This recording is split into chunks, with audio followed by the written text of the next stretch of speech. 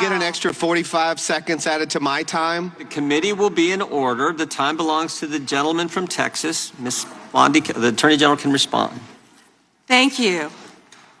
The Dow has shattered 50,000 for the first time. This is crazy. They said it couldn't be done in 4 years, yet President Trump has done it in 1 year. National median rents have fallen to a 4-year low thanks to Donald Trump. That's why they want to focus on Epstein and our most transparent president in the nation's history. The murder rate, as I said, has plummeted to a 125-year low thanks to Donald Trump. For an unprecedented 9 straight months, there were 0 illegal border crossings at the southern border. That's what we should be focused on. All the great work that this president has done and will continue to do to keep America safe and to make Americans safe. Thank you, Attorney General Bondi. I agree with you totally. I think you've done a fine job. I think that Democrats, in fact, should be apologizing to the Epstein victims for doing nothing during the 4 years that they were running the government. We did not hear about this, and it took you and President Trump to finally provide transparency and give answers to the American people, and I want to thank you for that. I want to thank you also for standing up for truth today and for fighting back against the theatrics and the time waste that you will endure over the next hour or two. I want to apologize on behalf of my colleagues on the left. They're not all that bad, but they've got to put on a show. And I'm sorry that you have to go through that. And I would like to yield the last, I'd say 40, and 40 is 80 seconds. The clock says 40, but I've got 80 seconds since I was so rudely interrupted. And I'll give all 80 seconds to Chairman Jordan. And I would just yield to the Attorney General if she has anything to add. I'm fine to continue. Thank you, Chairman. All right. The chair now recognizes, the gentleman yields back. The chair recognizes the gentlelady from California. Thank you, Mr. Chairman. I would note that Mr. Nadler's question has not yet been answered, but I want to start by asking that out of respect for the American public and the Epstein survivors, some of whom, of course, are here today, that we can have a transparent conversation and get the public the answers they deserve. I want to briefly direct your attention to 2 documents I'm hoping we will put up on the screen.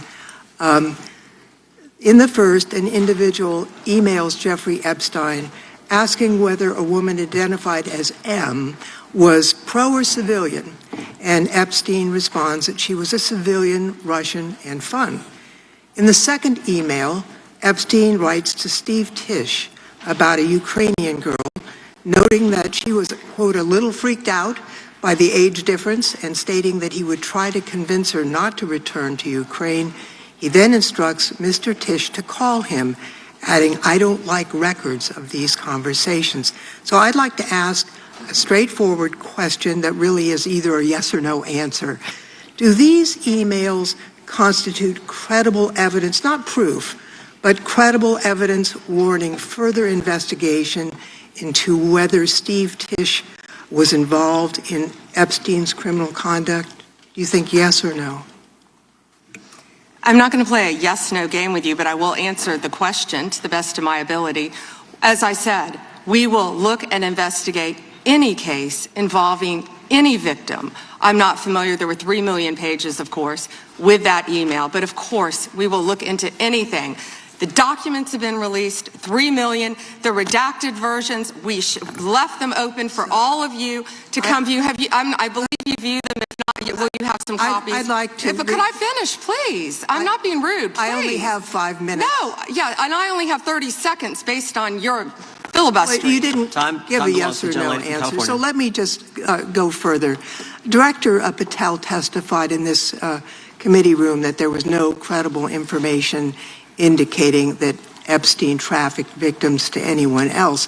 And glancing at the documents, that proves that's not the case. In July, your department issued a memo stating that it had conducted an exhaustive review of the Epstein files and concluded that no additional individuals would be charged. So I did go over to the Department of Justice yesterday. I would note that 400 and all our 35 members are in the House, and there's 4 computers. So it would take many months to actually have the time. I only had a few hours. I think the transparency argument is really kind of a shame because it's really Whoa. Did you have to wait to get a computer? It is not possible Hang on. to really go in. I did, however, see a U.S. attorney information for the Southern District of New York indicating that there were additional survivors and probable co-conspirators. Other members of Congress have uncovered likely co-conspirators whose names were blocked out. Now, the Epstein File Transparency Act, which all but one member of this House voted for and the president signed, requires the department to release everything except that it needs to be redacted to protect the victims or an ongoing prosecution, which apparently there is none from the testimony we have received. I am concerned that this act has not been fully complied with. When Director Patel came to the committee, he admitted that up to 1,000 FBI agents had gone through the files and redacted President Trump's name from them. And it's pretty clear that what has been transmitted from the FBI continues to redact President Trump's name, even though he is mentioned thousands of times in these files. So I think the credibility of the department in terms of complying with the act has been damaged. And I think the department's credibility has been damaged in other ways. I think we all saw the horrible video of American citizens being killed by ICE agents in Minneapolis. And I think how the department has handled these cases raises a lot of doubt about the department. State and local police in Minnesota got a court order to get access to the crime scene to be sure evidence would be properly preserved by federal agents. But they took the agents defied the court order, and in a departure from general policy, the DOJ is not collaborating with state and local law enforcement on these homicides. So I really think that is a disgraceful approach to the homicides of American citizens, and really does nothing to bring credit to your department. And Mr. Chairman, I would yield back. Gentleman yields back. May I answer? Attorney General can respond. I find it interesting that she keeps going after President Trump, the greatest president in American history. And if they could maintain their composure, this isn't a circus, this is a hearing. I find it interesting she keeps going after Donald Trump. She doesn't say how much money she took from Reid Hoffman, did you? None. And nor did Mr. she Chairman, post regular anything. order, please. She Regular posted order. nothing on her X account, Gentlelady. on her Twitter account during the Biden years. Gentlelady. Yet now, all of a sudden, question she's asked. going after Committee will be in order. There was no Committee will be question in asked order. the Attorney General. She doesn't just get to speak. Committee will be in order. I have a point of order, Mr. Chairman. Committee will be in order. Point of order, Mr. Chairman. Lady can state her point of order. When a witness attacks... Not a valid point of order. You got to state. She hasn't completed her point of order yet. Please let her speak, Mr. Chairman. Let's have some regular order here. Regular order is you got to state the rule. And I am trying to make a point of order that the witness, And what rule are you referring to? without responding to a question, has attacked me personally. I think it's pathetic that she can't answer the questions and First instead time is attacking that is not even close members to a of the point of committee. order. The gentleman from Wisconsin is recognized. In August of last year, I sent a letter to the Department of Justice asking for assistance in seeking compensation for the town of Lac du Flambeau. Town of Lac du Flambeau is in my district, and your office replied that it was an ongoing matter and unable to comment on it, which I understand. That's just fine. But I want to set this up just as a reminder. So 3 years ago, it was at this time of year that 4 roads were blockaded in the town of Lac du Flambeau, and the temperature was 25 below zero. People had to park their cars at a neighbor's place, take the snowmobile across the lake to get their car, and then be able to drive into town. There were people 80 and 90 years old that could not, were very concerned that they'd be able to get emergency medical services. And the perpetrators of this, the tribe out there, they demanded compensation from the town, I would call it extortion. They ultimately got $600,000 from the town of Lac du Flambeau. The unfortunate part, Mr. Chairman, is that the Biden administration took the side of the perpetrators who closed those roads off, and the Biden administration made it clear to the town of Lac du Flambeau that we are not on your side in regards to this. Well, fortunately, there was a federal judge that said, no, this is wrong, what happened, and these roads should be left open, they should continue to be left open. My question to you is, are you willing to work with my office and with the town of Lac du Flambeau to further investigate this matter and seek compensation from the tribal government after their extortion of $600,000 from this little town in northern Wisconsin? Congressman, you do a great job representing your district. And yes, we would more than welcome working with you, and we are familiar with that investigation. Mr. Chairman, I would just add, we're highlighting these miscarriages of justice in the previous administration. This is just another one of those small examples, no different than the Catholic Diocese in Richmond and many others that you have retold so many times. But here's another instance of what they did to a small town and nearly bankrupted them as a result of it. Fortunately, there was a federal judge that saw through it and has fixed it. I want to move on to fraud enforcement. You have established a National Fraud Enforcement Division. Is that correct, Madam Attorney General? Yes, Congressman. Has this new division begun any investigations and getting after those individuals that have committed the rampant fraud we've seen, like in Minnesota? Well, it's not only rampant in Minnesota, it's rampant throughout this country. Much of it is in California, as you know, and other places.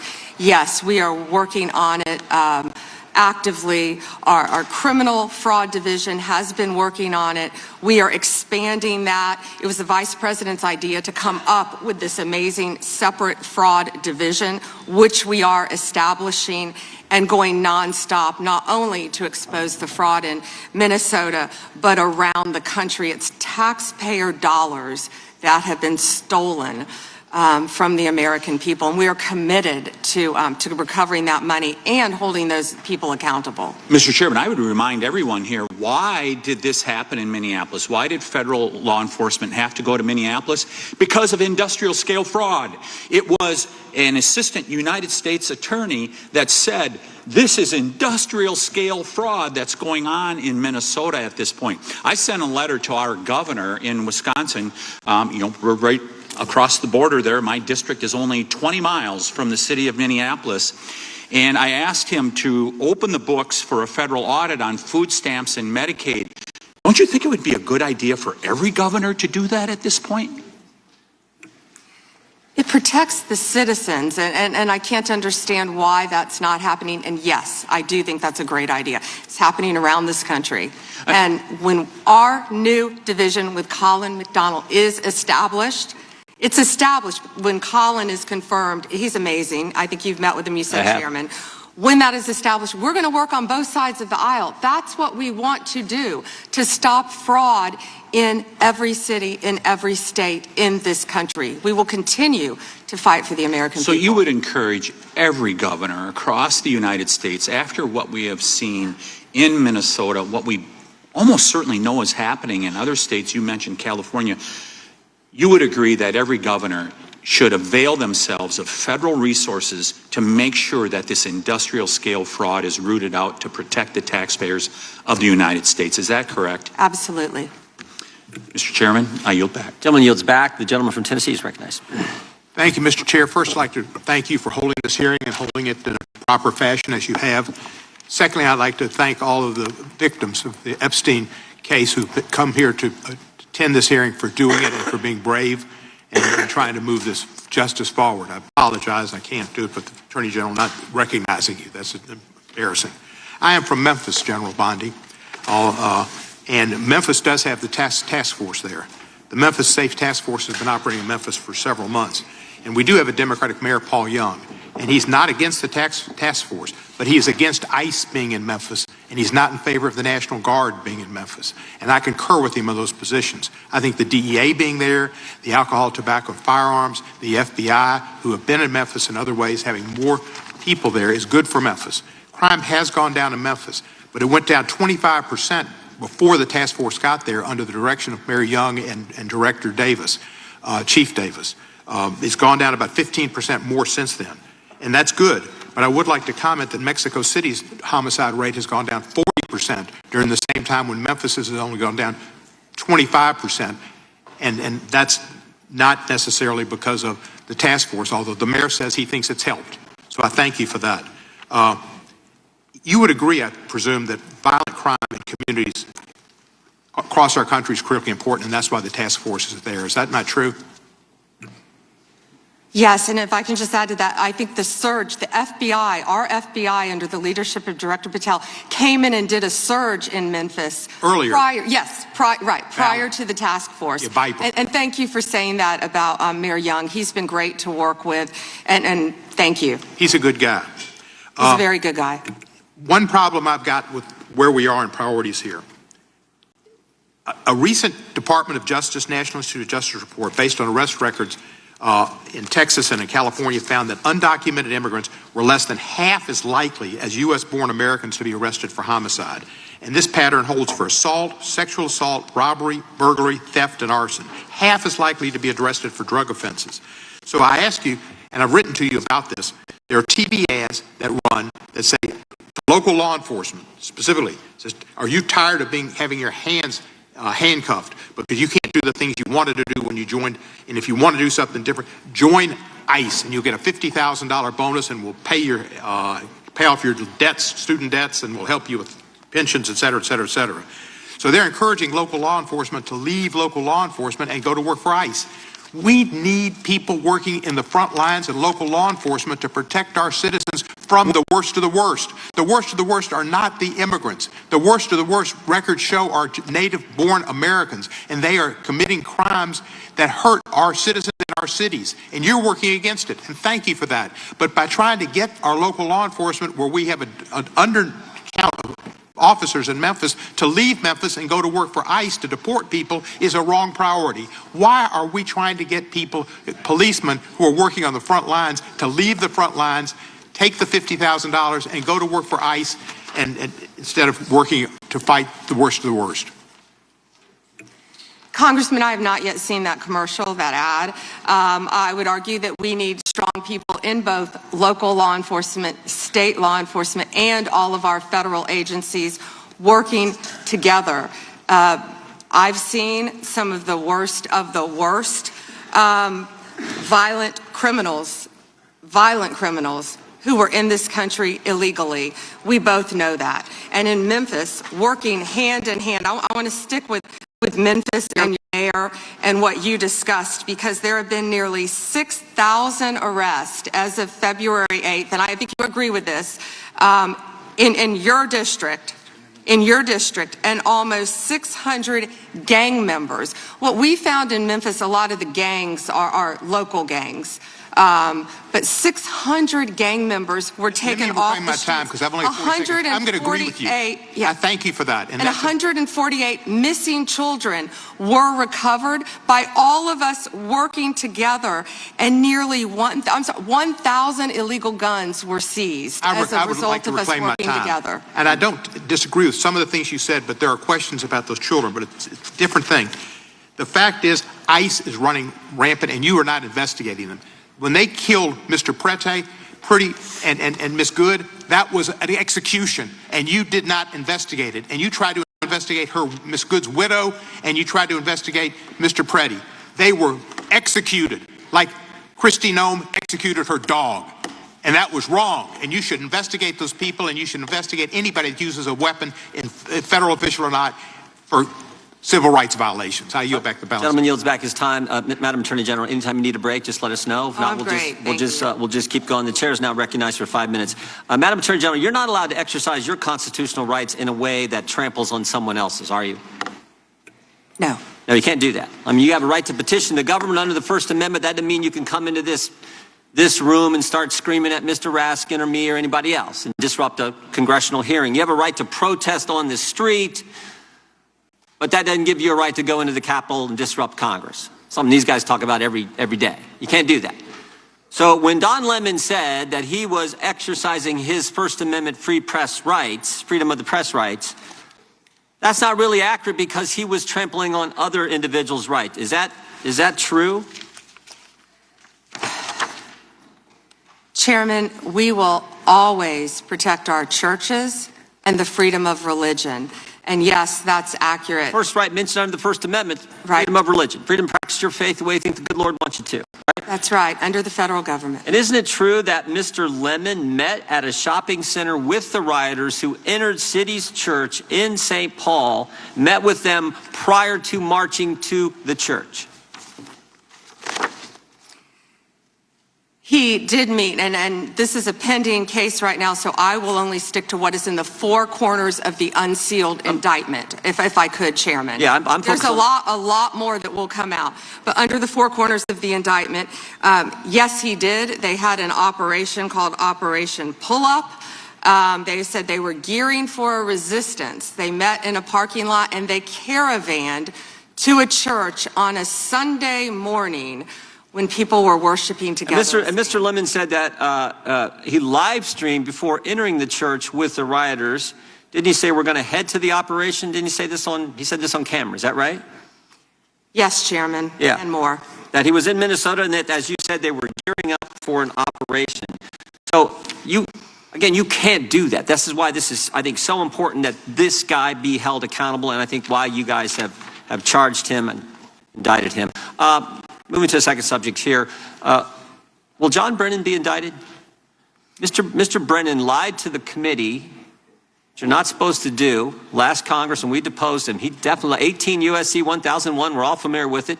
He lied to the committee, and the committee, the Congress, and I think the country would like to know if, in fact, he's going to be indicted for lying. And here's why it's so important. I'll give you a chance to respond. Here's why it's so important. It wasn't just that he lied to us, it's what he lied to us about. He lied to us about when all this weaponization against the President of the United States started. He lied to us about the dossier, and specifically what role the dossier played in the intelligence community assessment. Because we know back when President Trump was first elected, first term, this is when it all started, which led to the Mueller and to the impeachment and to the Jack Smith and all the stuff that's happened in the last decade. But it began here, and he lied to Congress about the role he played. And I just want to read a couple of things he said during that deposition before I give you a chance to respond. Mr. Brennan, when asked a question, said the CIA was not involved at all with the dossier. He said it was their purview, FBI's purview, and not ours. He also said the CIA was very much opposed to having any reference or inclusion of the Steele dossier in the intelligence community assessment.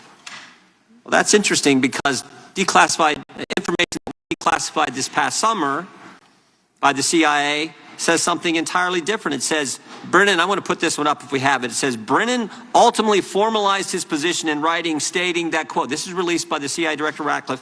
My bottom line is that what I believe that information warrants inclusion in the report. He was further asked by an CIA official. The same officer said when he approached the director and asked that the director refused to remove it after being explained this wasn't good. With the dossier's many flaws, he said, yes, but doesn't it ring true? So this is John Brennan using that document to change intelligence community assessment, which I think led to all the stuff we've seen over the last decade. And I think this committee in the country, Congress in the country, would like to know if Mr. Brennan is going to be indicted. What I can confirm is that we have received a referral from you, Chairman Jordan, to investigate John Brennan. His attorneys have made some public statements, but the department is still bound, of course, by our longstanding policy of not discussing matters. What I will say today, I can't confirm nor deny whether there is a pending investigation, but what I will say is no one is above the law. Mr. Chairman, weaponization has ended. Yeah. Point of order, Mr. Chairman. Gentleman from New York is recognized for a point of order. If we want to know whether Mr. Brennan will be indicted, you should just ask the president. Not a point of order, but I appreciate you trying to make it one. The gentleman from Georgia is recognized. Thank you, Mr. Chairman.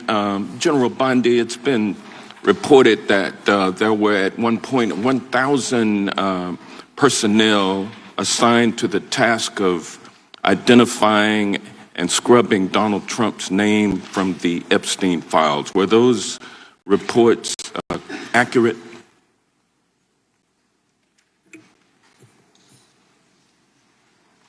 I believe his name has appeared countless times in the documents how that many have people were been released. assigned? If I could finish, I'm going to read you the stats. I just simply asked whether or not it was true that it was 1,000 folks who were assigned that task. Were those reports accurate? There are more than 500 attorneys and reviewers. I cannot give you an exact number. And I wanted to ask you about that also, because this is a different question that you're getting to now. There were 500 DOJ lawyers and others assigned the task of redacting the appropriate information, including identities of the Epstein victim survivors from the Epstein files prior to their release. 500, is that correct? If I could have finished my answer, there were more than 500 attorneys and reviewers who assisted with the... They asked a question and they don't want an answer. That answers my question, ma'am, and I'm going to move on. I'm going to move on. From multiple Bondi, would you agree? The time belongs to the gentleman from Georgia. General Bondi, would you agree that your 8 years of service as the state of Florida's Attorney General, the third largest state in the nation, served as an excellent preparation for your current role as Attorney General for the United States of America? Not only that, I was a career prosecutor for 18 years. And for 18 years. And for 18 years, he asked a question and doesn't want an answer. This is theatrics. Well, no, for 18 years, you prosecuted serious felony cases, including drug cases, correct?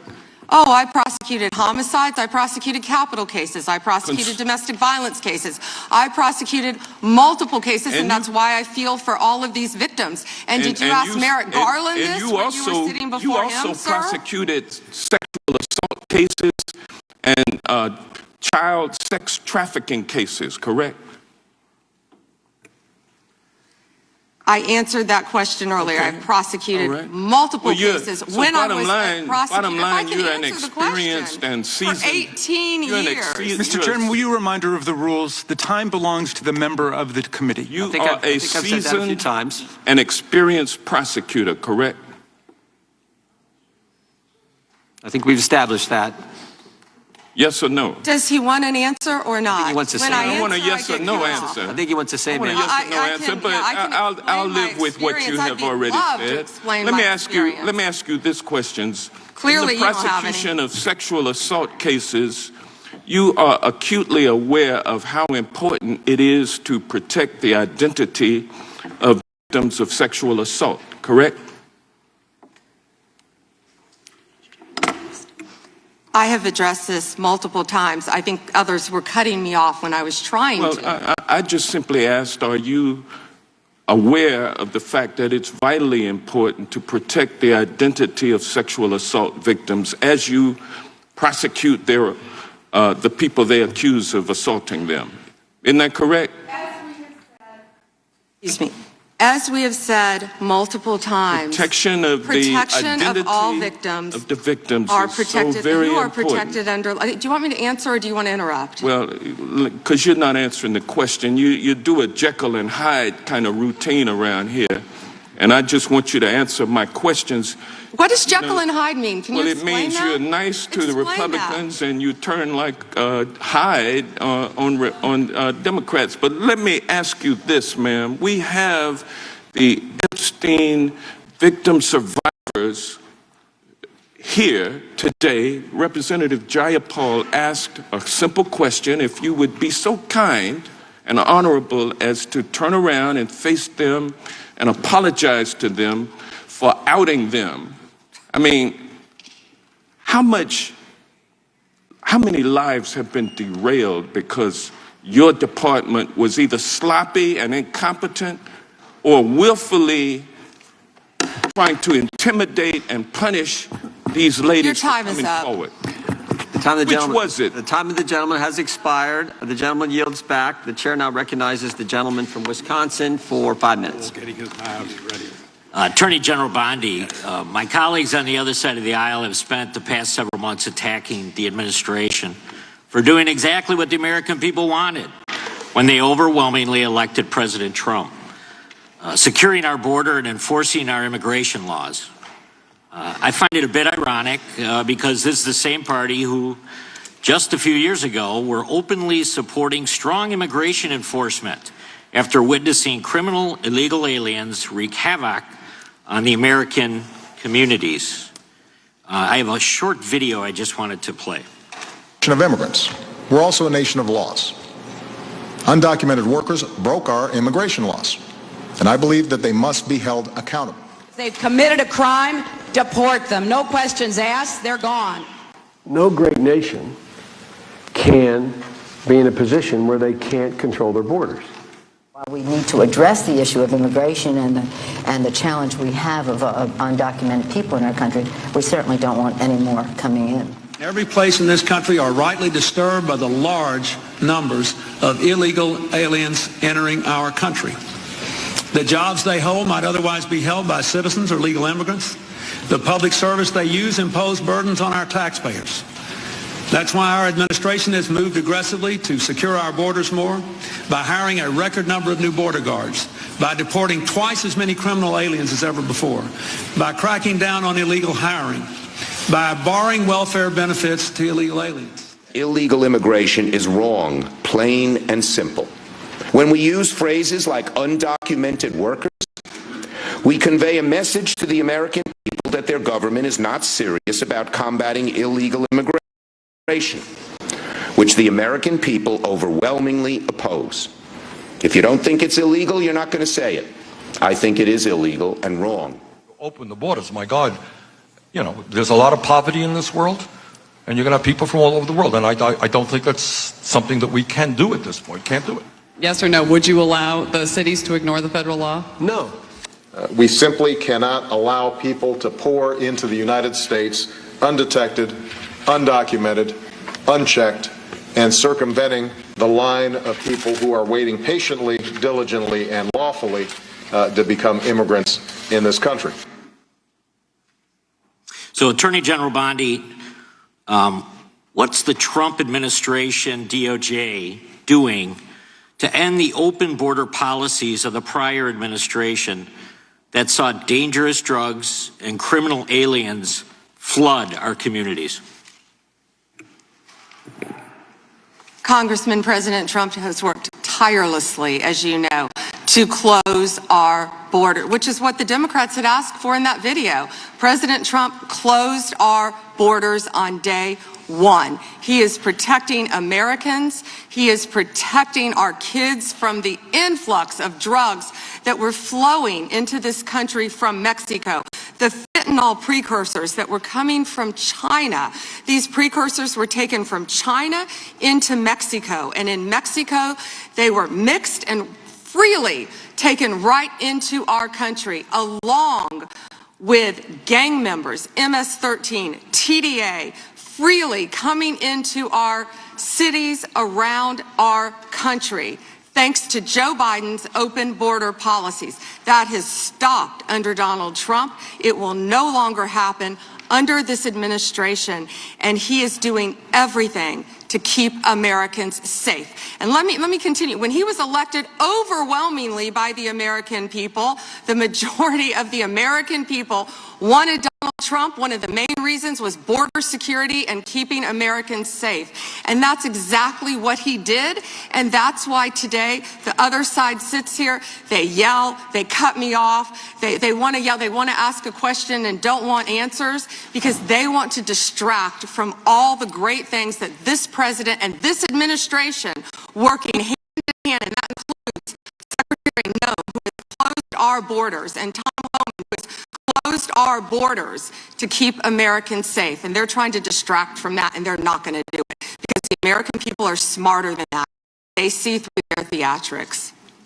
Thank you. Just quickly, yesterday Senator Grassley reached out to my office to tell me that I was one of the 20 members that was now disclosed were under surveillance from Jack Smith. This brings up the question of non-disclosure order and whether or not we should apply to members of Congress. But with my phone records being surveilled, as well as looks like 19 other members of Congress, I'm just wondering how DOJ views that. Time is just can respond. As I stated, our Congressman, any records who are illegally obtained, Democrat or Republican, we will fight vigorously.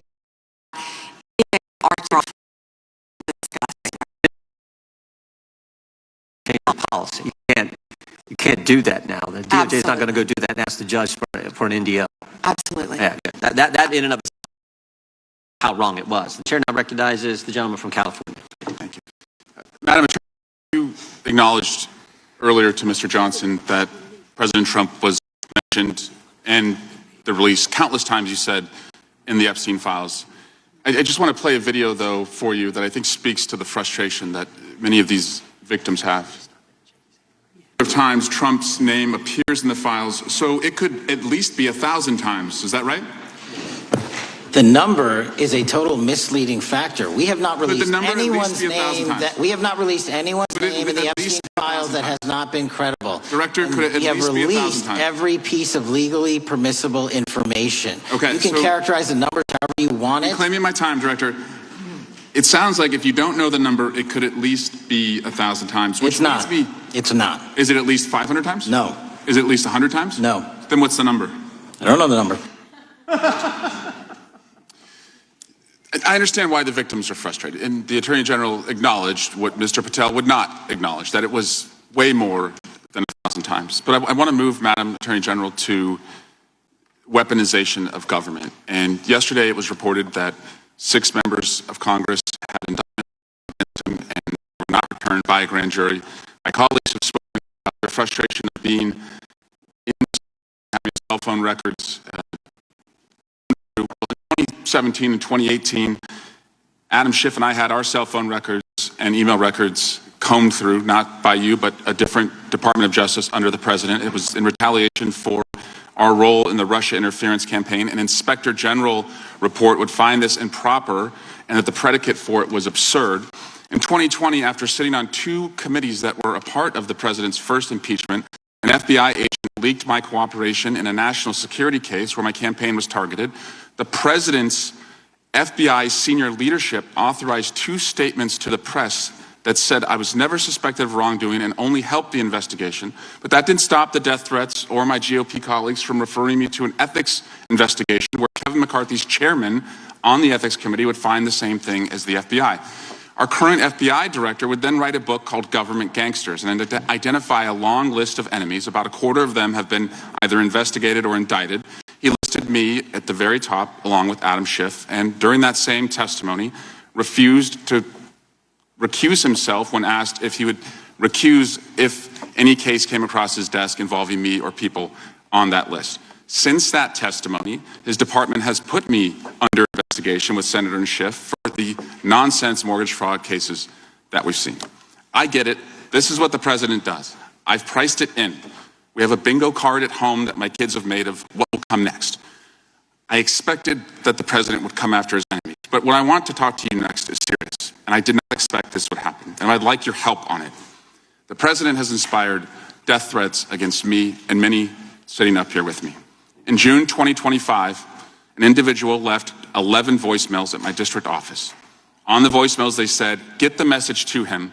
I'm going to hunt him down, that motherfucker, and toss his ass over the Golden Gate Bridge by my fucking self." Donald Trump's Department of Justice in the Northern District of California declined to prosecute. On May 14, 2025, on Twitter, responding to something I posted, an individual said, "No, it wasn't Eric, and now I'm going to kill you." The Department of Justice from the Southern District of Texas declined to prosecute. May through December of 2025, we received messages at my office that said, "I hope somebody shoots you and your children and your wife in the head. Pew, pew, motherfucker, pew, pew." I would stay indoors as much as possible, and my children, unfortunately, have to do that. The Department of Justice has not charged this individual and cited that he's a prolific caller and has health conditions, although what we have found in our own investigation and his voicemails is that he has said he will employ others to do this. The president can come after me. It's fine. I'm in the arena. So are these folks. But we never expected that the Department of Justice would not seek to prosecute and investigate those who are making threats against us. And that would include those on that side of the aisle. And I'm just asking for your help to protect life, because life is at risk with the environment we're in right now. Congressman, I completely agree with you. I know about several of those personally involving you. I believe one has been charged publicly, and there's something I would be happy to talk to you about off camera. But I can assure you that they are very serious. They are being looked into, and I can give you more details on those. None of you should be threatened, ever. None of your children should be threatened. None of your families should be threatened. And I will work with, you can come into my office any day. I will work with all of you on both sides of the aisle if you are ever threatened. And I'll gladly talk to you after this hearing about your cases. But I can tell you some of them are very active. Appreciate that. Now yield back. Gentleman yields back, and we're sorry for what the gentleman and his family have had to go through. We appreciate what the Attorney General said, and I think some of the things that the gentleman from California related, we can all relate to, and it's unfortunate, it's wrong, as the Attorney General said, and we appreciate the help we get from the Justice Department. With that, we will now recognize the gentleman from New Jersey, Mr. Van Drew. Thank you, Chairman. I don't know where to begin. Thank you for being here, General. You might see me when I'm right in front of you. I have to mention this first. You know, Right. You've just been listening to a very lively interaction between the U.S. Attorney General Pam Bondi and several member lawmakers, essentially, as she is being grilled on Capitol Hill. A lot of the topics have ranged in terms of focusing on immigration, to the Epstein files. We had one lawmaker there talk about his family being threatened, but the real focus of this is really about the Justice Department's handling of the Epstein files. We know the Republicans tended to focus much more on immigration, but Democrats have been talking about the fact that in a lot of these files, the co-conspirators, likely co-conspirators' names in the Epstein files, many of their names have been redacted, while, for example, many of the victims' names have been actually laid bare. I want to bring in Corey Brettschneider, who's a political science professor at Brown University and the co-host of the Oath and the Office podcast. He's also the author of The Presidents and the People, 5 Leaders Who Threatened Democracy and the Citizens Who Fought to Defend It. He's joining us live now from Providence, Rhode Island. So that was really fiery, Corey. Obviously, for Pam, to say the least, for Pam Bondi, her target audience was, of course, the president.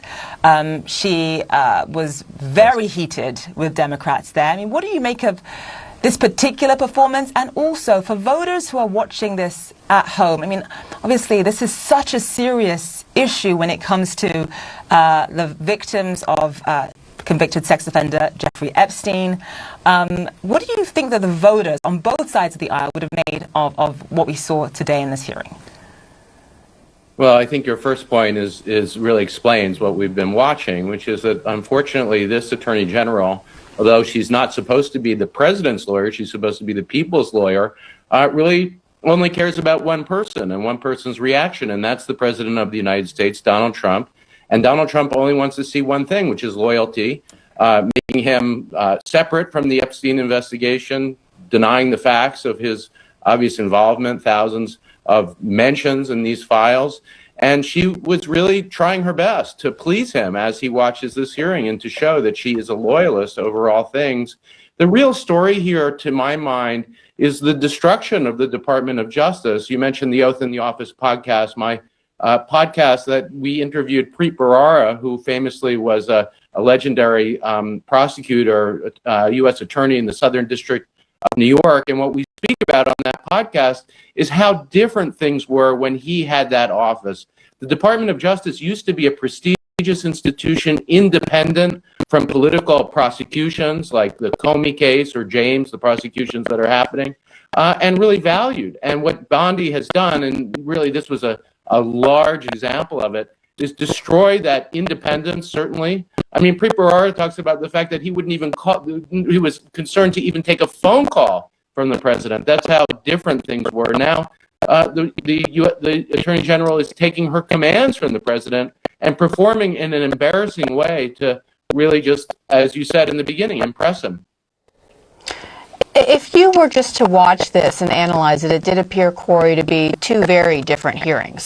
Whether it was the Republicans questioning the Attorney General, the focus was strictly on immigration and how they described the open border policy of President Trump's successors versus predecessors versus how President Trump has addressed this issue now. And then you hear from Democrats who, for the most part, tended to focus on the Epstein files and her role in it. To Zain's point, I'm just wondering, this is happening late morning, the middle of the day. Most Americans are at work focusing on their own family and personal affairs and professional demands. This hearing is meant for whom? We know the president's meeting with Prime Minister Netanyahu. I don't know if the two of them are happening to catch this in real time, but who is this benefit and who is the core audience, Corey?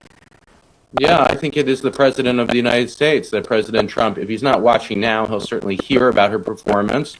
And I think her job is on the line because the more Epstein is in the news, and Epstein means Trump is in the news and his complicity, that enrages him. And he wants to pivot to his agenda, and he wants to shape what really is his attempt to shut down American democracy. And you did hear about that, too, in addition to the Epstein files, the actions in Minnesota, the refusal of the Department of Justice in the last round to protect members of Congress and actually engaging in incitement of hatred and even violence against some members of Congress and the president's rhetoric.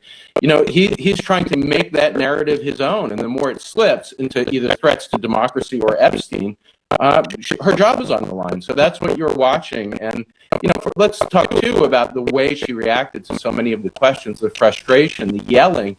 This is a behavior that's fitting of the chief law enforcement officer and somebody who is a pure partisan. And this kind of anger towards any legitimate question challenging her speaks to the fact that all she's trying to do is impress the president. I should say, too, we saw examples of this over and over in American history during the Kavanaugh hearings. Reporting suggests that Kavanaugh was about to lose the nomination until he turned on the committee. And she knows that. She knows how to impress her boss. And, you know, he's not supposed to be our boss, I should say. It's supposed to be the American people. When she brings a case, it's the people of the United States against a criminal or an indicted criminal. And, you know, she's turned that into really the entire office of the Department of Justice, her position, serving one person, and that's the president. And that's inverting what the system is supposed to look like. It's quite an interesting moment when a Democratic lawmaker actually told her to apologize to some of the victims in the room, and the response was simply, your time is up. Corey Brettschneider, live for us. Thank you so much. We'll be right back with more after the short break.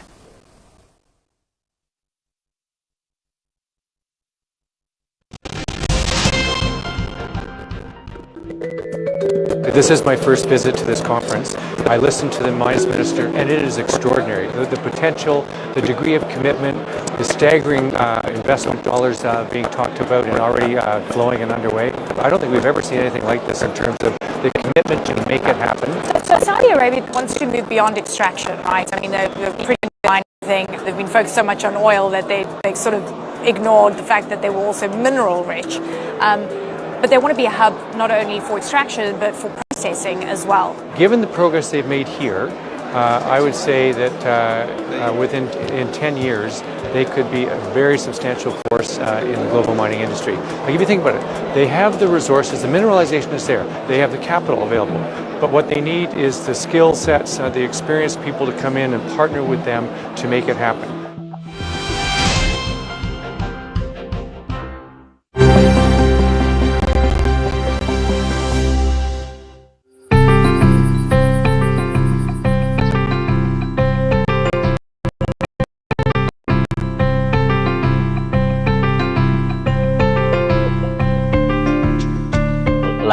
Visitors can not only see the old village, but also experience the local customs and culture by staying with local families.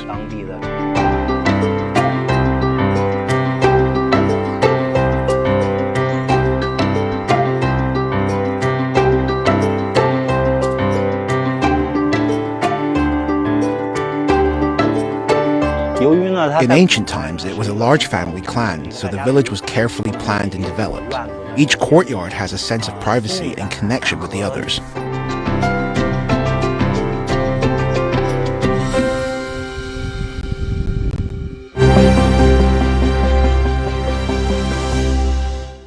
In a divided America, where do I fit? You tell me, ask your partner. Abby Phillip brings all sides to the table. Can you name one thing you do different? The hypocrisy is so rank, folks at home. Classes in session. To talk about the issues. Congresswoman, it is false. The answer is zero. The policies. What is the Democratic Party about? Can you answer that question? And the biggest debates to wrap up your day. I hear what you're saying Trump believes in, but do you think it's a good idea? News Night with Abby Phillip, Tuesday through Saturday on CNN.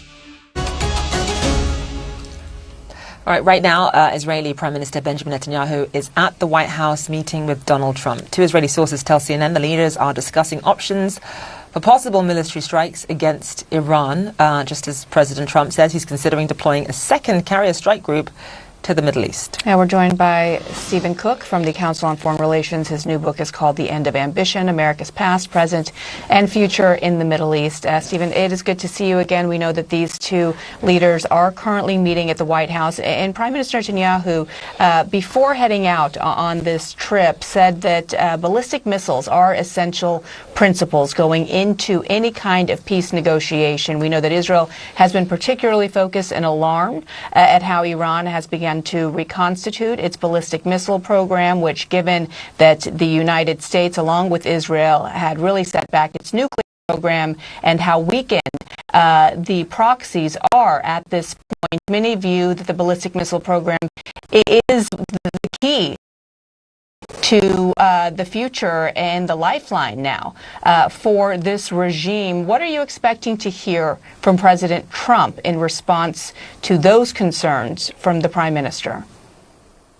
Yeah, you're exactly right. The ballistic missiles were the only successful part of Iran's war effort during the 12-day war this summer. And the United States and Israel did some damage to it, but as you point out, they've quickly sought to reconstitute their capabilities, which are quite robust. And Israel and the United States do not have the numbers of interceptors to effectively manage that threat. So I think what the Prime Minister is here about are those ballistic missiles. And I think he was alarmed when he heard last week the president saying that a nuclear-only deal would be acceptable to him. Now, the president has said, has talked about ballistic missiles since, but I think that the Israeli prime minister wants to get assurances that Israel's security and Israel's concerns about ballistic missile will not be overlooked in any negotiation. Obviously, the U.S. has built up military forces in the region, just in terms of sending an aircraft carrier, guided missile destroyers, air defense assets, and war to sort of really supplement its presence in the region, but also send a strong message. Walk us through what the U.S.'s options are if these negotiations fail. Look, the United States has a tremendous amount of firepower in the region. We haven't seen this kind of build up since the invasion of Iraq. I think there are very significant options for the president. We could see him order limited strikes as he did over the summer. There could be a broader campaign, ongoing campaign to bring the regime down by targeting regime targets as well as ballistic missile capabilities and going back after the nuclear program, or a quarantine, quite like what they've done to Venezuela in order to weaken the regime that way. So I think there are a variety of options for the president, and I think that's what he is seeking. He is seeking to rattle the supreme leader in Iran and force them into a position where they have to negotiate from a position of great weakness. So far, the Iranians have not bent to the show of power from the United States. Yeah, and we know that they are continuing now to go after protesters, targeting their families, going into hospitals, some reports suggest, and killing patients there. How boxed in is President Trump in the final seconds we have here at the show, Stephen, given his past demands and threats that Iran's days are numbered and telling the protesters that help is on the way? Does he have to do something? It seems that he does. He has set out a number of red lines, and he saw what happened when President Obama set out red lines and then backed away from them. So there is something to be done here. It could be as minimal as a blockade, or he could go after the regime in a big way. All right, Stephen Cook, thank you so much for joining us. Really appreciate the time. And do stay with us. We'll have much more One World after a short break. I love to come back because this is the place where I get my inspiration. I wanted to tell stories about my country and music from childhood. I love to be here and to indulge on Angolan cuisine. Observe the people and feel the pulse of the city, returning to a sense of myself. It's the job of every citizen to project who we are to the world. Dear Africa, thank you for your energy, your inspiration, your voice. We've watched in awe with every call made, every story shared, every dream chased. And today we celebrate 300 million people connected as one Indian nation. The future is alive with endless possibility, and it starts with just one simple way. Yellow.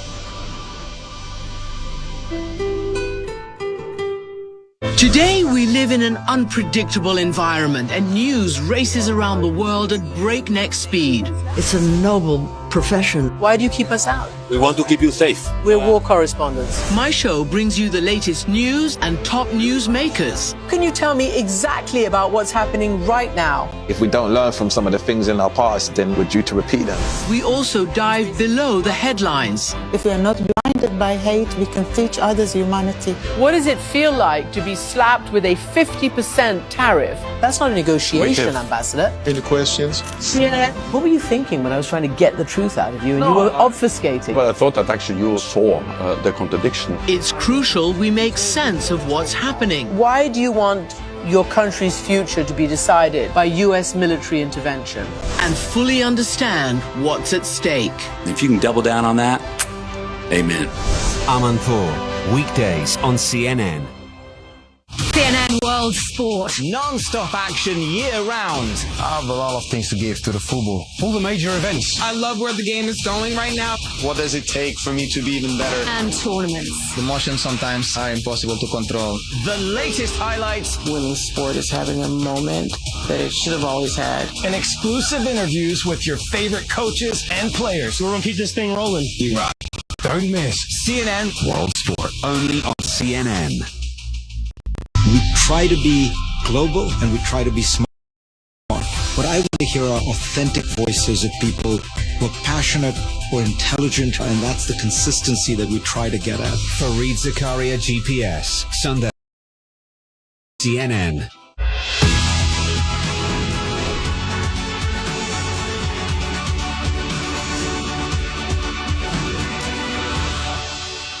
Caitlin Collins is your DC source, bringing you unprecedented access to the White House. We're live from the center of the political universe, Capitol Hill. My Democratic source tonight is Massachusetts Senator Elizabeth Warren. If you don't get what you need from Congress, can you achieve what you're trying to achieve? And beyond. We're live on the ground in Israel tonight about the Gazans leaving. Where exactly are you suggesting that they should go? Follow Caitlin for in-depth political coverage and analysis, and watch her on The Source, Tuesday through Saturday on CNN. Innovations for the future. Business trends of the present. Distinctive traditions of the past. Meet the power players in Asia's emerging and established markets. Who will stand out from the competition? What will attract new industry consumers? Where will productivity hit a new level? And how will it impact the global economy? Join me, Christy Lustel, and me, Hanneke Montgomery, on Marketplace Asia. This weekend on CNN. I'm Valeria Leon in Mexico City, and this is CNN.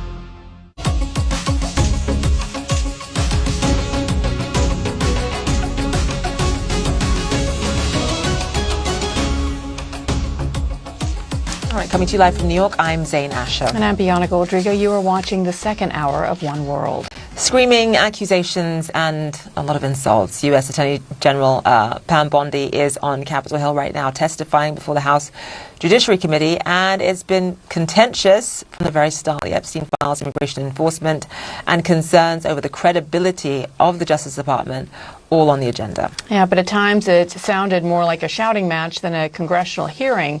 Bondi frequently went on the attack when facing questions by Democratic lawmakers. At one point, she referred to one of them as a washed-up loser. That is Representative Jerry Nadler of New York. Here's what happened when Democratic Congresswoman Pramila Jayapal asked whether Bondi would apologize to some of the Epstein survivors sitting right behind her. It is about you taking responsibility for your Department of Justice and the harm that it has done to the survivors who are standing right behind you and are waiting for you to turn to them and apologize for what your Department of Justice has done. Members get to ask the questions, the witness gets to answer in the way they want to answer. The Attorney General can That's respond. not accurate, Mr. Chairman. Because she doesn't like the answer. So, Mr. Chairman, why didn't she ask Merrick Garland this? I am reclaiming my time, and when I will reclaim my time, Mr. Chairman, the gentlelady has reclaimed her time. I'm not going to get in the gutter for her theatrics. CNN's Paula Reed joins us now on Capitol Hill with more. And Paula, that was much more of a performative display than any sort of insightful information or real grilling or accountability in terms of the responses that we heard from the Attorney General. She came in prepared to have these types of debates and to fire back and to turn this into a very politicized hearing, which was expected. Our previous guest in the last hour said this was mainly for an audience of one, that being the President of the United States. You've covered these types of hearings before. Let's not lie. Politics have always been involved. But have you ever seen quite like this? No, this is extraordinary. And yesterday, a former Justice Department official told me that Bondi's job was to take the temperature down and convince lawmakers that she was committed to transparency on the Epstein files. And instead, what we have seen is she is turning that thermostat all the way up. She is throwing down with Democrats. This hearing frequently devolving into shouting matches. Let's take a listen to some of the things that she's shouted back at lawmakers. He is the most transparent president in the nation's history. And none of them asked Merrick Garland over the last 4 years one word about Jeffrey Epstein. How ironic is that? You know why? Because Donald Trump, the Dow right now is over. The Dow is over $50,000. I don't know why you're laughing. You're a great stock trader, as I hear, Raskin. So historically, Attorney General Bondi has performed really well in these hearings because she has kept her composure, but she always comes armed with those little one-line zingers that you just heard there. Right now, though, her job is to restore the trust of the president and the White House in her, but also for the general public, restore their trust in the agency that she is running amid questions that she's turned it into a clearinghouse for the president's grievances. It's clear she made a choice today to play to that audience of one. I want to note there was one moment of bipartisan agreement. Representative Swalwell brought up the very serious issue of threats against lawmakers. She agreed to work with him on that. But otherwise, anyone coming to this hearing hoping for more information about the Epstein files would leave sorely disappointed. It appears that the Attorney General is trying to please one person in hopes of keeping her job. So many really important legal issues still remain unanswered. Paula Reed, thank you so much. Let's bring in CNN legal analyst Carrie Cordero, joining us live now from Washington. I mean, one of the things that is important to note, especially for our international audience, is that the U.S. Justice Department is supposed to be completely impartial. It's not supposed to sort of enforce the political agenda for the U.S. president. What do you make of the Attorney General there, the sort of positioning, just in terms of some of her answers, as the priority being to defend the president, to protect the president, and essentially almost acting as though she's the president's lawyer, as opposed to enforcing the law completely impartially for the good of the country? Your take on that? Well, Attorney General Bondi does take a different approach than I think all of the other attorneys generals that I've seen in our modern history in terms of her approach before congressional hearings. She is politically combative. She comes prepared with basically what would be considered sort of political opposition research that she lobs back at members. We saw her do this in a Senate hearing, and she tried to do that sort of same approach today, although House members of the Judiciary Committee were, on the Democratic side, were a little bit more prepared for it this time. So she does take a more combative role than I think other attorneys general or even other cabinet members do generally. That said, I've testified before the House Judiciary Committee before. It generally is a little more sporty than other committees in Congress, and so it does have that reputation. And this hearing certainly had its moments where there was a lot of very aggressive back and forth between the Attorney General and some of the Democratic lawmakers. And it's not as if, Carrie, there aren't really important, pressing questions to ask her in developments as recent as overnight that she should be addressing. And one of them is the federal grand jury rejecting the DOJ's attempt to indict Democratic lawmakers for their video about not having to obey what they described as unlawful orders. How unusual is that? And do you view this as perhaps the DOJ saying to the president, or signaling, yes, we will follow some of your wishes, and that is going after your perceived enemies, but at the end of the day, it is the judiciary, the judicial, system here in this country that ultimately holds the keys? Well, there are a few things that are unusual. First, just the bringing of cases by a Justice Department against multiple lawmakers, not for something that is public corruption, which from time to time in the U.S. justice system, we do have cases that are brought against lawmakers, extensive investigations for public corruption, and those cases happen from time to time. But this particular attempted case on its own, just based on statements that lawmakers made in a video, is unusual. What is also unusual is the record that this Justice Department is developing in terms of rejected proposed indictments by grand juries. So generally, by the time matters are taken by the Justice Department and by the time they have met prosecutorial standards to take to a grand jury, most often federal grand juries go ahead and approve that indictment. So the fact that there are now several cases, which I think when we look at them, we can see that they are politically motivated, several cases that have been rejected by grand juries, on one hand, demonstrates some resilience on the part of our justice system writ large, but also indicates the types of cases that this particular Attorney General and Justice Department are willing to bring.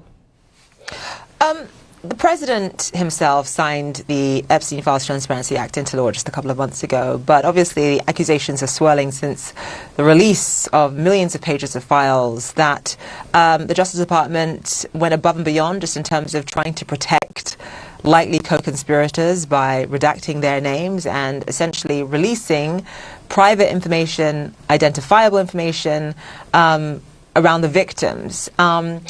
Just talk to us about whether or not there is any kind of legal recourse, if this is deemed to be the case, for some of the victims here.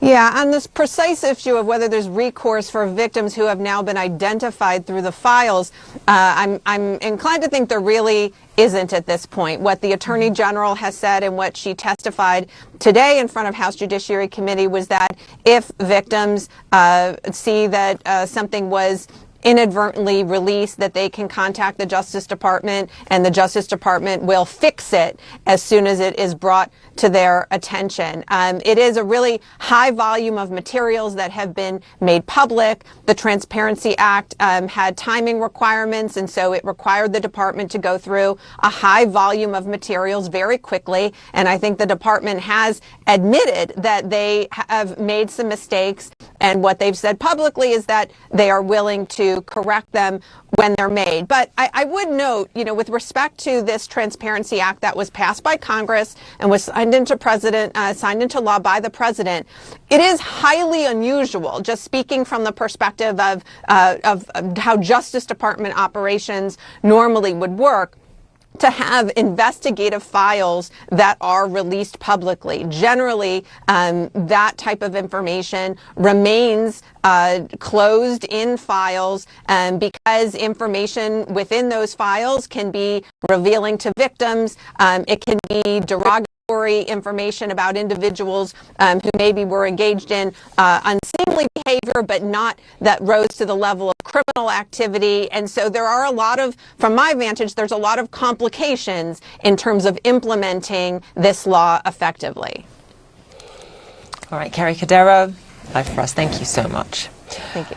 Epstein survivors and their family members are actually in attendance at the hearing. Beforehand, Democratic lawmakers and survivors of Epstein's abuse gathered on Capitol Hill to ramp up pressure on the answer questions about those. Survivors are again criticizing the Justice Department for the way it has released and redacted files and for a lack of investigation or follow-up on some of the people named in them. We survivors should be taken seriously. There should never be a limit to justice, and the DOJ needs to do its job. Give us the rest of the files and start the investigation. Start the investigations on the things that are in the files right now. A partial release files by the DOJ, riddled with improper redactions that expose the vulnerable and shield the powerful from accountability is not justice. It is injustice. As victims of this crime and citizens of this country, we will not stand for it, and neither should you. Powerful words there from those survivors. We'll be right back with more. Tonight on 316, the stories that matter. This whole area just engulfed in flames. From a trusted voice. We witnessed something nobody alive has ever seen before. You said that AI could wipe out half of all entry-level jobs. How soon might that happen? A witness. On bomb shelter. Every night makes sense of the world. How do they make the case that USAID's previous mission was in the United States national interest? Anderson Cooper 360 weekdays on CNN. How do we connect you with stories from around the globe? When we're on the ground, follow the flag. We examine big ideas, we let diverse perspectives go and ignite conversations that matter most. Bring the world to you. Stay informed, stay connected, stay invested. Our studio is in Abu Dhabi. Join me for Next World with Betty Anderson. Weekdays on CNN. I'm going to let you in on a little secret. Happiness could be living. You want to know how? I'm uncovering the secrets around the world who are living happy, healthy lives. Hear how they do it, and it's the science behind it. Join me as I reveal their secrets and discover how we can chase life together. Listen to Chasing Life with me, Dr. Sanjay Gupta, wherever you get your podcasts. The stories here are many, but there is only one goal. It's organised, isn't it? But this is probably where a lot of that started heading into. number of children on this trip. 85 police force only have one armoured car with this. It's this kind of intense violence that so many cite when they talk about the spiral towards collapse. In Afghanistan, the survivors of the blast and its aftermath dispute the American narrative. CNN hired a forensic blast analyst. I do not believe that bomb was big enough to kill 180 people. It's kind of hard to get your head around just how inhabitable a city of this size has become so fast. Extraordinary moment of joy. All Turkey is just desperately hoping and waiting for.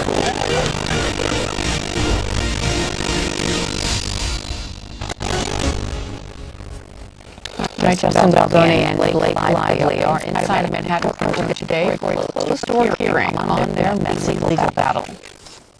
Lively has accused Baldoni and his production company of sexual harassment and smearing her reputation on the set of the movie It Ends With Us. Baldoni filed a counter-suit against Lively and her husband Ryan Reynolds, accusing them of defamation and essentially of hijacking his film. His suit was dismissed. Today's hearing is a last-ditch effort to get the two parties to reach a resolution before a scheduled trial on May 18th. All right, we are following major developments in the search for Nancy Guthrie, the mother of NBC host Savannah Guthrie. Yeah, TMZ is reporting that it received what it called a bizarre letter via email earlier today from someone purporting to know who Nancy Guthrie's kidnapper is and demanding a single Bitcoin in exchange for that information. Here's Harvey Levin, the founder of TMZ. We got kind of a bizarre letter.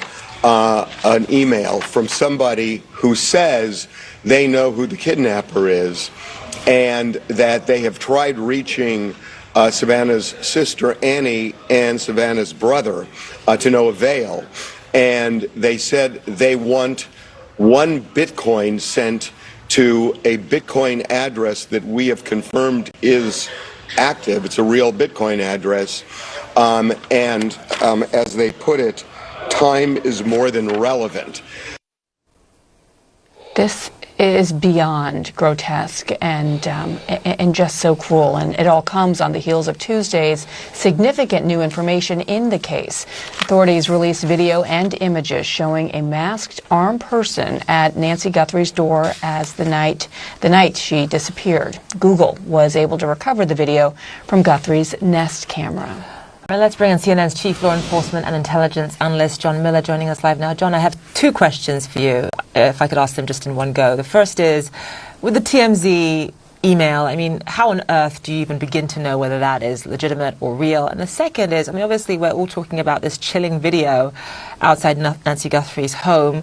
You know, what stands out to you with this masked man who really, to me, as a layman in terms of crime investigation, really does appear to know what he's doing, right? This doesn't seem like somebody who has no clue about this kind of stuff. I would guess that this looks like a professional, but I'd rather leave it to you. That's what you think.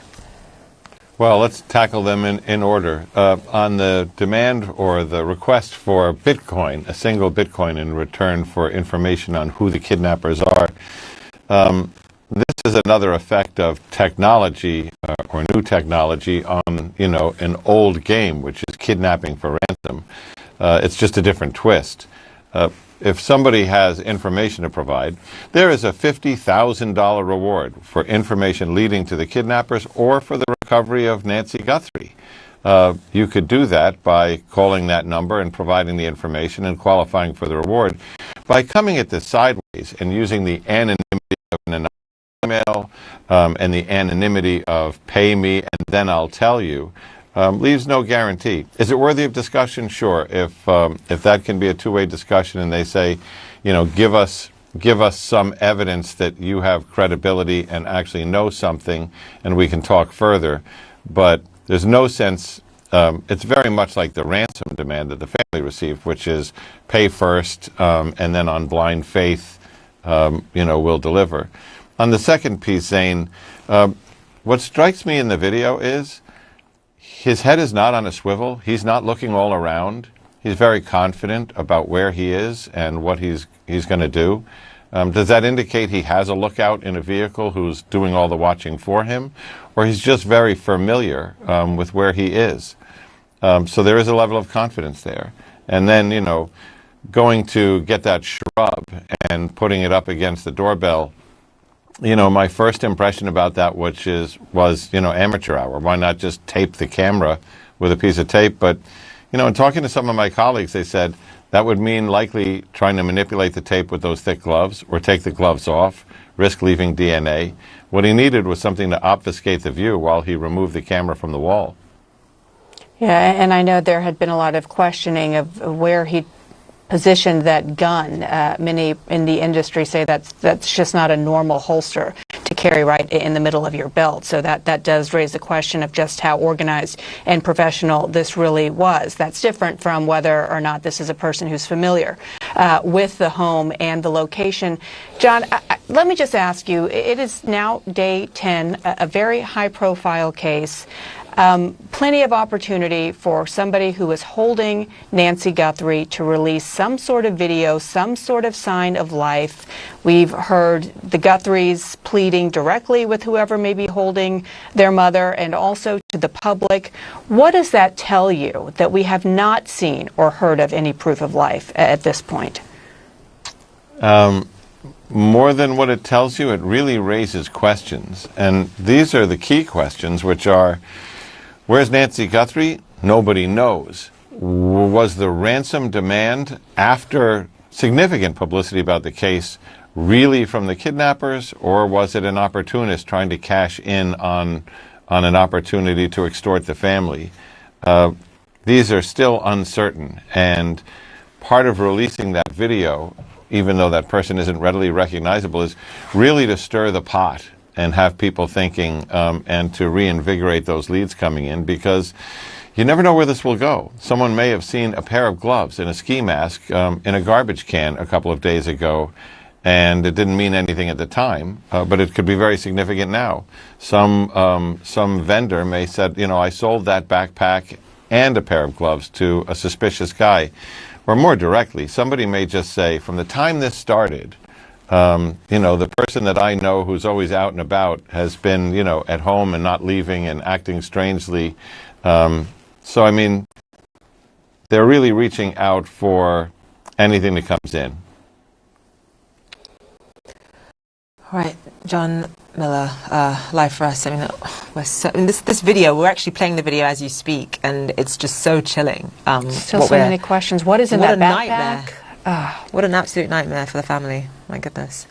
John Miller, thank you. I really hope this is solved really soon. Thank you so much, John. All right, there was confusion and travel disruption for people in West Texas today as the Federal Aviation Authority imposed a ban on civilian flights around the city of El Paso, Texas, only to lift it a few hours later. Yeah, quite bizarre. Official statements don't make it clear what led to the FAA's actions, although the agency says that it was done for, quote, special security reasons. The last time the government closed airspace in the United States was in the wake of the 9/11 terrorist attacks. Pete Montine joins us now from Washington, D.C. And Pete, I know your sources have been giving you a little, as we get that tight shot of you, hopefully we can get that fixed. Pete, if you're still with us, sorry about that. Up. Yeah. Thank goodness you've got impeccable skin, yes. Pete. So just 4D friendly. Doing a dermatological check here. Your sources have given you a little bit more insight into what caused the FAA to make such an unusual call. I mean, this is a populated city with 1 million residents or so. A lot of people had their flights canceled, had no idea what was going on. Just tell us what your sources have informed you of.